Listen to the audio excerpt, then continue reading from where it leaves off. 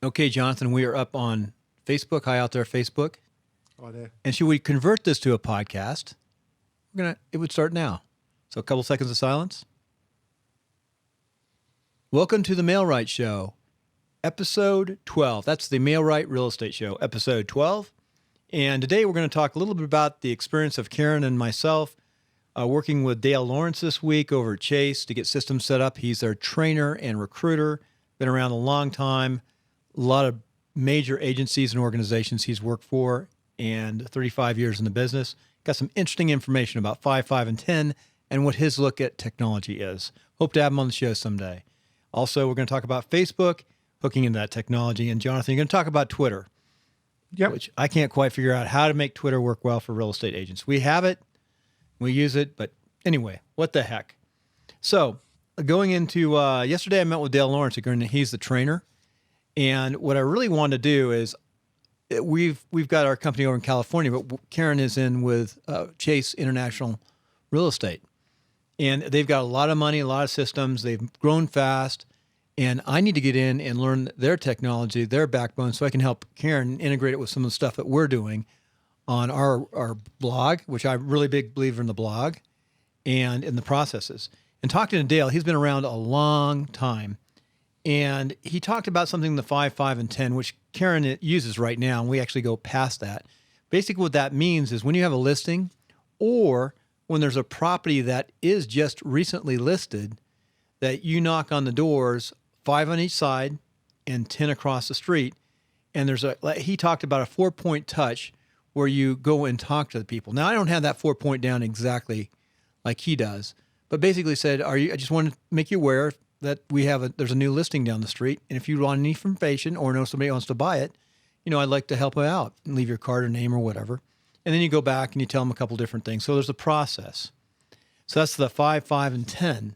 Well, I'm going to push that even a little bit further. And I push it in when you do an open house, the open house. So you always want to knock around an open house, tell people that you're having an open house. But what if you could take Facebook and you could target it down just to those 5, 5, and 10? Well, you can't. The best I know, because we can target down to zip codes. We can put a little circle and target down to a small circle. What I'm not sure about, and I'm testing, and I'm just testing Facebook right now, is how small of an area can I really target in Facebook.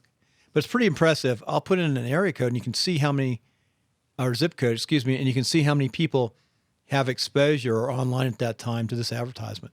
Pretty neat in Facebook. Yeah. Very affordable too. And the other thing too is, I'm going to get this wrong, but we've got to start looking at what we want to do is they hit Facebook. It drives them to Karen's blog, which is KarenConrad.com, which I'm still working. I'm working on so many pages. I got to spend more time on her site. I need to blog more for my wife. She blogs a little bit or tells me what she wants, but she's pretty busy. But once it hits there, what I really need to do is start following it on Facebook. Now, what's that called when you track the site so that same ad comes up? Well, what you need to also is put your pixel on your website. Put your pixel so if they go from Facebook to your website, you then can really follow them. When you say pixel, what's the pixel? It's a Facebook terminology. It's a bit of JavaScript, and it uses a 1 pixel that you have to place the pixel with the JavaScript on specific pages that are acting as landing pages from the actual Facebook advert bill. So folks out there, landing pages where you want your clients to go. Basically, Facebook provides you with, I forgot the name of it, but they provide a bit of technology that only works in Chrome. Right. And most people use Chrome, not everybody, but it only works in Chrome, this editor, this paid advertisement editor that comes from Facebook. And one of the key part, the functionality of the editor, is this 1 pixel setup. Right. And the idea is when they go into Facebook, then your little ad pops up to the right. That means they went to your page. Now you're following them. And that's really good advertisement. And just think, if you've knocked on their door, they've seen you or seen your picture in the paper, wherever it might be, that's just another reference for you to make you aware in their mind of you're the agent, you're out there, you're in places. So going on, that's our Facebook update today. Now you're going to talk about Twitter. Twitter's a tough one. I've got several Twitter sites, 3 or 4. A couple of them are 5,000. Karen's about 1,400 on her Twitter site. What it definitely does now, though, it's a nice looking Twitter site, but it gives her some social credibility. I know it does that, but past social credibility, what does it do for her? Well, basically, it's first of all, I just want to quickly go through what I see some of the problems and what I see some of the opportunities. Um, Obviously, it is not as large as Facebook. Facebook is like the £100 gorilla, and Twitter is still number two. Um, well, it could be number three. You know, depends if you treat YouTube as a social network, and I probably would. But it's one of the leaders. Jonathan, real fast, I just saw the the top three searches, for places where people search, and that has to do with advertisement. Google's number one, Facebook is number two, and YouTube's number three. We could talk about YouTube too a little bit because it has that follow. It has the advertising marketing too. I want to try there too. I want to get into that YouTube marketing. Yeah.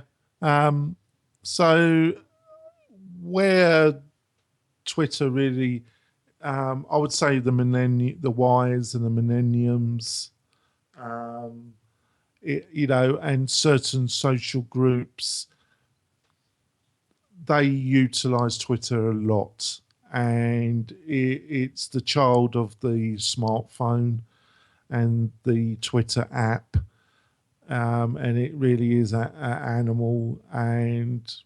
But I say that Facebook have cracked the mobile network as well. So they both cracked it. But I don't believe Twitter would have really developed if at the same time the iPhone hadn't come out and the smartphone, Android, iPhone. So it is a child of the mobile device. One of the problems that I think that you have only got 140 tags, and really you should aim at 120. You shouldn't use up. You have 120 characters, and your name, your tag name, your Twitter tag name, which you can't change. So you should really think about what your tag name, your Twitter name's going to be. You should really think, and you should make it as short as possible, because that takes up a certain amount of your 140 characters, right? Mm-hmm. The other thing is you have lists inside the interface. You have lists, and lists are powerful because what you can do is Twitter's no good unless you actively work on it and build up your following. And when you say your list, your sub list, so you're like maybe get a bunch of prospects or people that live in Reno or community or area, or people live over in the Bay Area. Those would be your lists. You can make multiple lists, and in those lists, you can make the list either public or private. Mm-hmm. So you tweet out just to those people. You can do, yeah.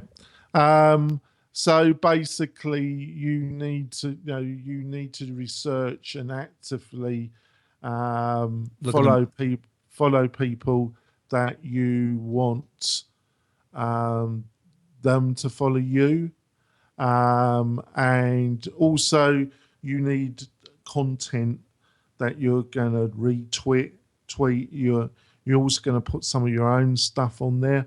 One of the nice things is that if you're using some of these free online editors, my favorite is Canvas. If you got a Canvas, you could do some nice images of property that you're marketing, and you can attach that and have a link that goes to one of your key landing pages that talks about some of the property. It could be your listing, right to your listing, and then to your site. I personally would do an actual single page and have more. I just wouldn't do IDX listing. If I had the time, I would do a customized page on that house. Great. Yeah. Every page should have a customized page with it. That'll get good SEO.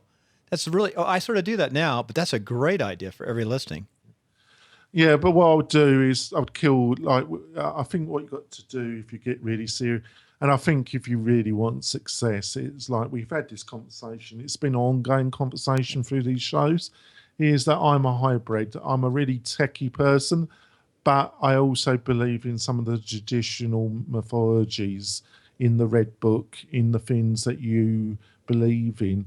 I'm not one of these people that says everything in the Red Book, everything in traditional marketing, you should get rid of. I think you mix the both. But I think one of the key factors when you're dealing with this is, see, on that page, I would have used my phone and I would have done a video. Yep. You know what? On Twitter, I'm watching one right now. The videos are great because the videos, you can see it move real fast, do a quick quick review. Short, though. And you can use that video on Twitter, Facebook, and YouTube. Hey, Jonathan, one last thing. Something I discovered. Well, there's some other stuff that I want to discuss. Okay, let me just say something real fast for embedding. Yep. Something that I've done on some of my podcasts, and I just did it. I just thought, let's do it for real estate. I just did a quick from Karen's blog and one of her open houses and the advertisement marketing. I just did a quick link to that because it's a page. It's a post, it's a page. I put it into the Twitter. So I put it in as a tweeted it, and said it's still available. As far as I know, that house, she did an open house last week, still available. That's all I said.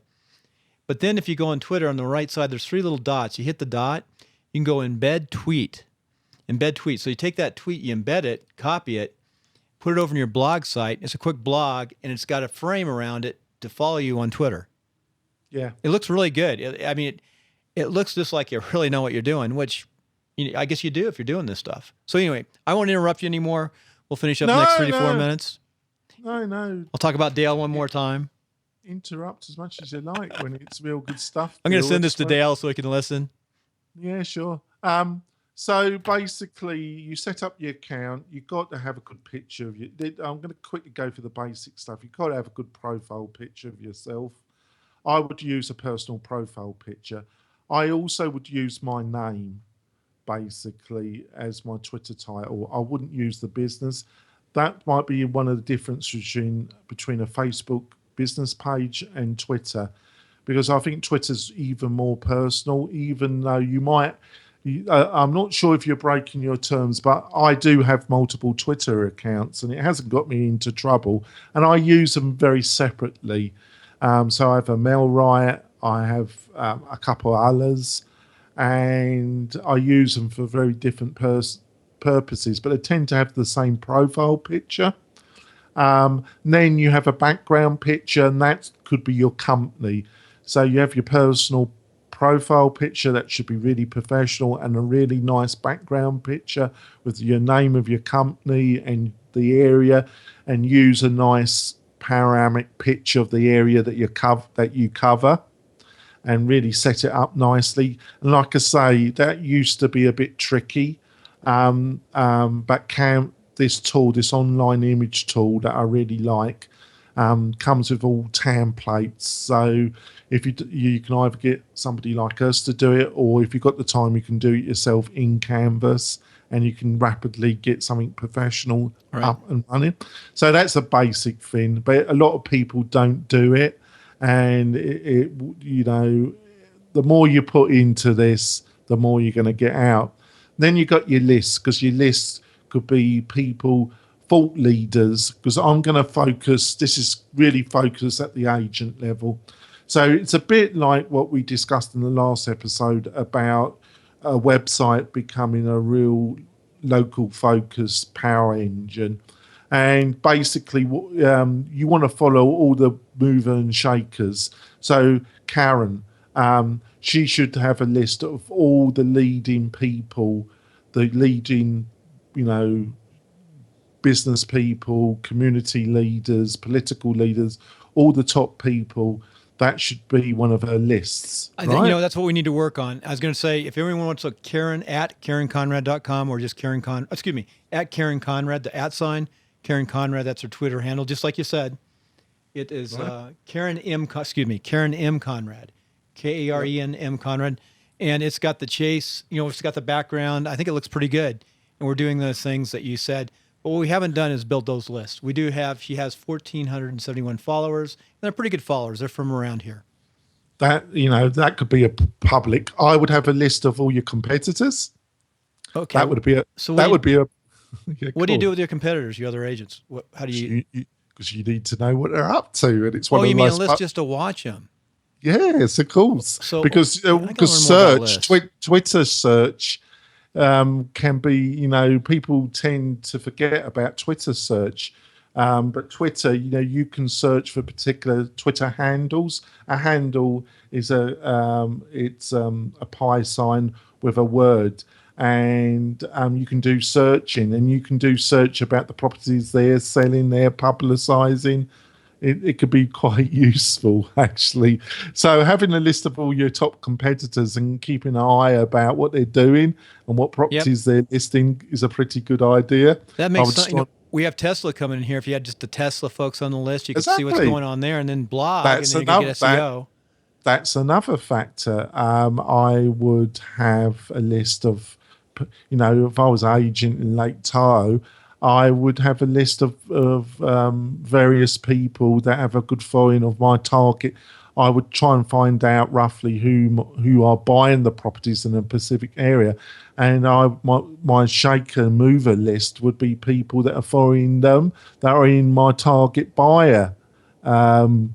So when I put up a nice picture that it has a nice link to a landing page on my website, on my blog, that has a nice single listing with a video, or I put up a video on Twitter of the property, which has a link to the landing page, it shows up in the feed of people that are my target. Right. Yep. So can you see I'm already because you were a little bit it's I really I was and I'm doing a post right now too, because you gave me an idea, and this is how fast you can do a post on a blog site. It's not really a blog, it's a website. It's a WordPress high-end tough website that we've developed so well. Starting to come alive.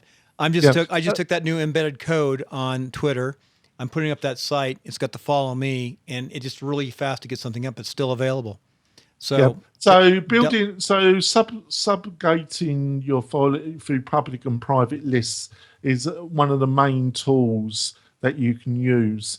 And following people that got a good following is one of the main ways you can start. And one of the other key things is you don't have to spend unlike Facebook, you can mechanize. I'm not sure that's actually cannibalize. No, mechanic. You can make the process semi-mechanical. Oh yeah, you mean automate it.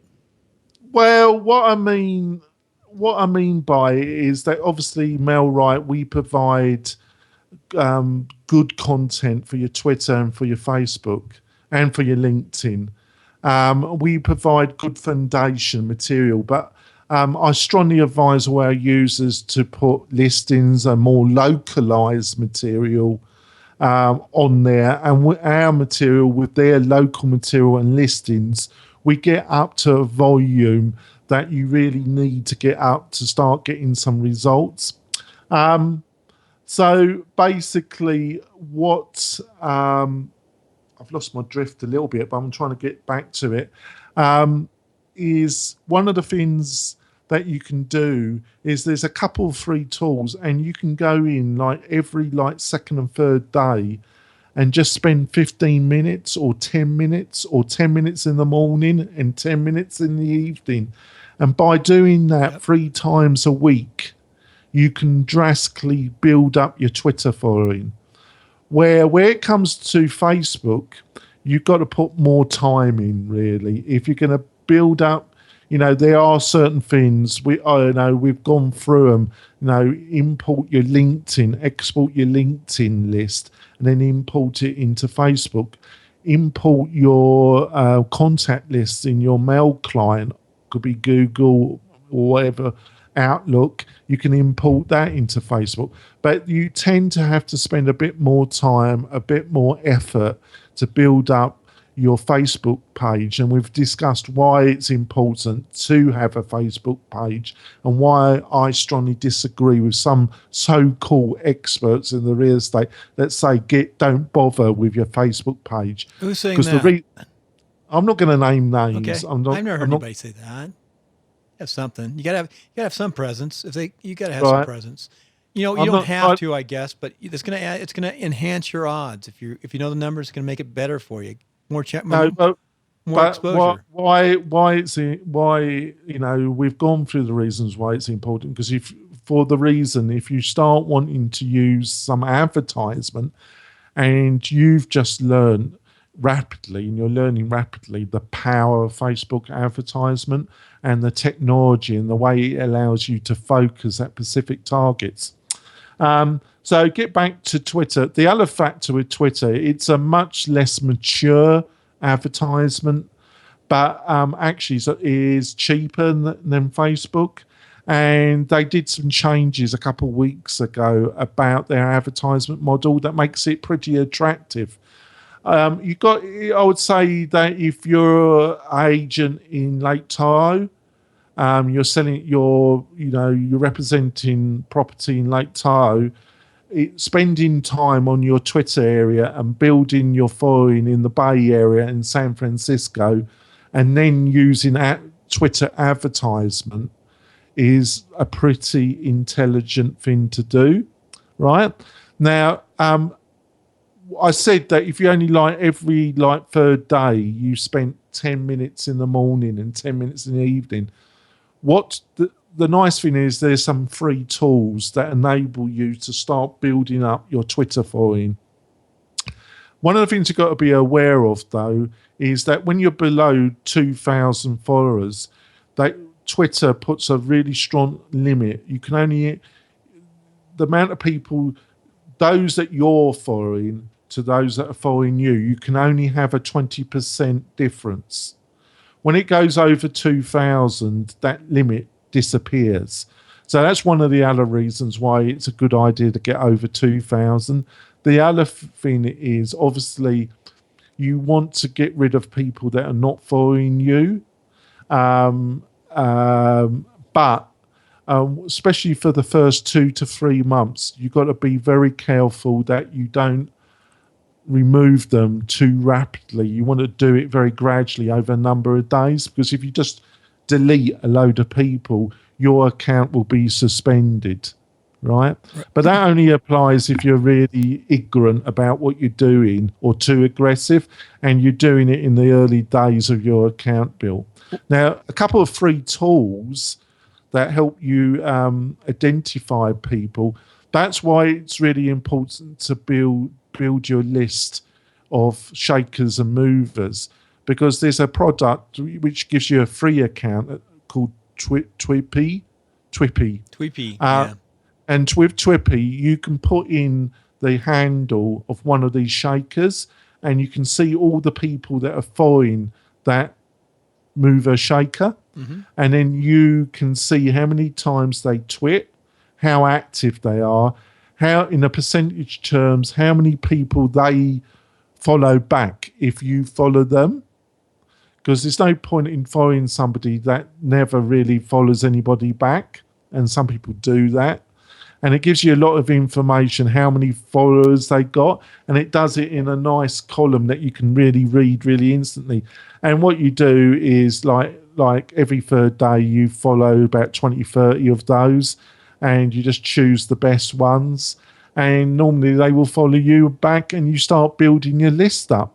Right. Now, some won't.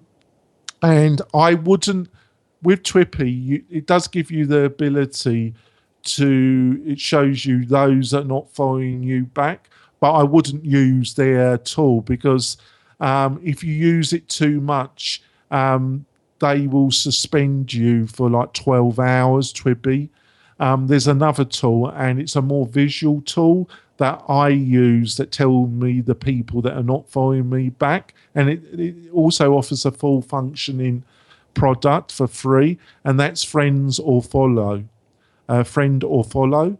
If you do a Google search on that, and that gives you a nice visual board of all the people that you're following that are not following you back. Or you can go to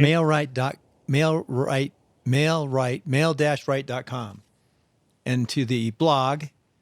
And well, when I get it up, So, well, I do it, but I don't do it on every. I normally do every couple of episodes, and I put some decent notes up. So basically, I will have the links to these products on the blog. So friend or follow. You get a nice wall of images of all the people, and you can set it so those that got the lowest following at the bottom, and just don't go in there initially and knock everybody out. Just do it gradually, and you probably won't get into. This does take time, and like I say, MailRite on our middle and top products, we offer a couple hours a month where we do this for our clients. We don't do this for the base standard product, but for our middle and top, we do a bit of Twitter management, and I think I really honestly feel in the agent broker market, Twitter is really, because of the terminology, and it isn't as intuitive. I say that, but when you really start getting into Facebook, and you really got the power of Facebook is getting people to follow you and engagement on your page. And we've spoken about some of the things that Facebook have done, but it's still really important because the real power of Facebook is when you use paid Facebook advertisement. But then that's when it gets a little, especially if you start increasing the budget, that's when it starts getting complicated. But with Twitter, I think if you do it right and you're prepared to invest the time, and then you've got a decent, super local website, and you're really engaging in your website, and you do set up landing pages of some of your key properties, it can be a super way, because people tend to be looking through stuff, and an image, it's been scientifically proven. If you've got a nice image of a property that you got for sale, and you got a nice little blurb and a really super image or video, they will click on it and they will go to your landing page. It triples the amount of engagement you get. I'm going to start doing that. I totally understand that. And it doesn't have to be too fancy and too long. Just, hey, here's the outside of the house, great house. It doesn't have to be a professional. Just get really good with your iPhone. Excellent stuff. You got a fantastic amazing device tool. of it, a tool in front of you. But can you honestly tell me, Bill, how many agents do you really think's doing all this? I was out with just briefly. I always visit Karen at her open houses, and she was doing one with another agent. And they are really interested in this information, but we need to set the example and just do it. And it's too simple. And you know what? It's like common sense. It's, oh, wow, why didn't I do that? You just make your list. It's not jet science. Make our checklist and go and do it. You know what? It could work on the 555. 5 here, 5 here, 5. Look, I'm doing the 555, and these are all the folks out here. You can even put that up. Who knows? I think we're going to start putting I'm not the sharpest tool, but I'm not the bluntest. And most of this is when you really start thinking about it.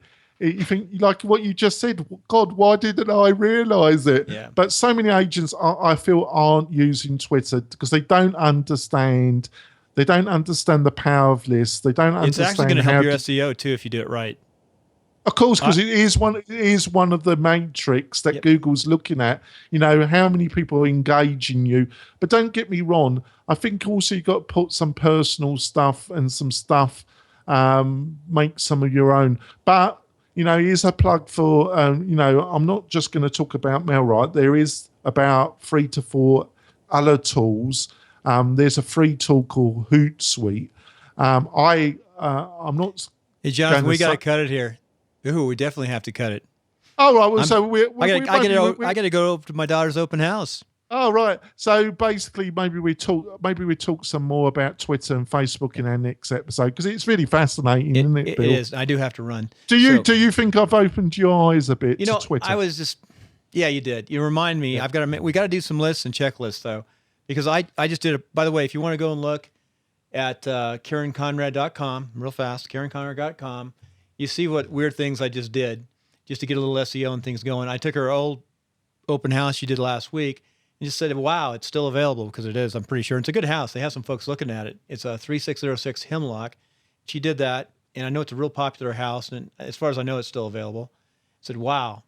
And it's Karen's just helping her as her tech behind the scenes And, all I have to do is just tweet it or just hit her tweet that's out there. And then I just grabbed the code and threw it back on her blog for her. But that was her tweet. I just took the code off. There's a way you can pull the code. It's got that follow me. So I just did something really fast. But you know what?